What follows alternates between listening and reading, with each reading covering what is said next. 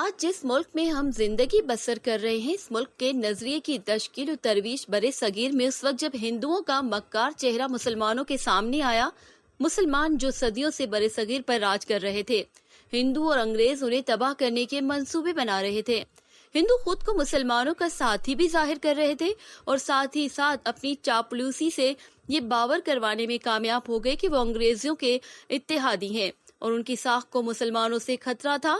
جب انگریز برسر اقتدار آئے تو صرف مسلمانوں نے انگریزوں کی مخالفت، عین وقت ہندوؤں نے مسلمانوں سے منہ موڑ لیا۔ ایک جانب یہ ہندوؤں کا انتہائی پسندانہ اور متعصبانہ رویہ اور دوسری جانب انگریزوں کو یہ بات واضح ہو چکی تھی کہ انہوں نے حکومت ہندوؤں سے نہیں مسلمانوں سے چھینی ہے۔ یوں دن بدن حالات بری طرح بگڑنے لگے۔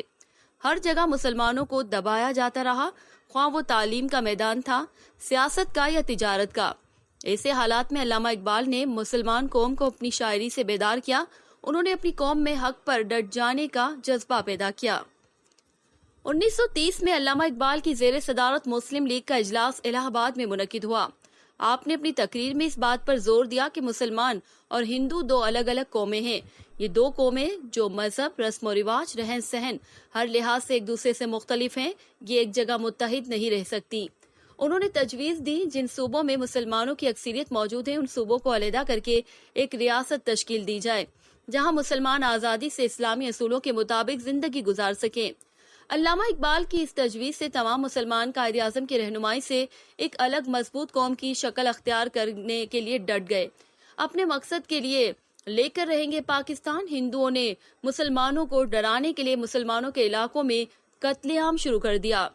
ہندوؤں کے ظالمانہ رویے پر مسلمانوں کے دلوں میں خوف کی بجائے مزاحمت کا حوصلہ پیدا ہوا اور ہندوؤں کے سامنے سینہ تان کر کھڑے ہو گئے۔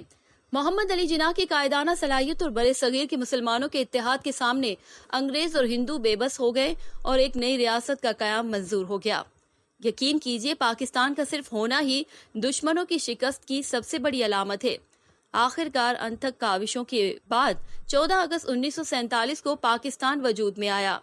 برے صغیر کے مسلمانوں کے لیے آزادی کا سورج طلوع ہوا۔ خدا کے فضل و کرم سے آج ہم آزاد ہیں۔ فلسطین اور برما کے مسلمانوں کے حالات دیکھ کر اپنی آزادی کی قدر و قیمت سے آشنا ہوئے۔